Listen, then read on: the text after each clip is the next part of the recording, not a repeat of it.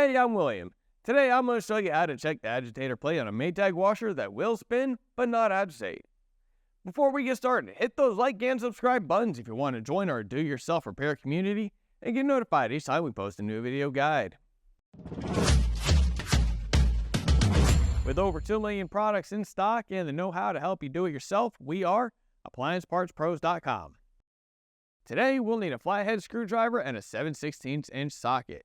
While you're getting those together, remember to keep safety first. Unplug your appliance before you do any work on it to protect yourself from electrical shock, which can potentially cause serious injuries.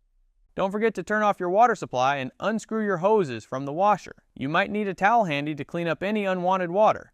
This is the agitator. With a flathead screwdriver, we're going to remove the cap of the plate. This gets us to the agitator bolt, which we're removing with a 7/16" socket.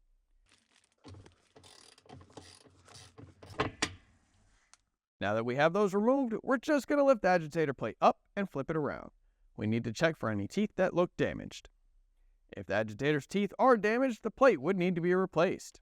If the teeth look good, there may be something else causing the problem. Don't forget to plug your washer back in, connect the water hoses, and turn your water supply back on. If your agitator is good, you can check out our other troubleshooting guides to find out what might be preventing your washer from agitating.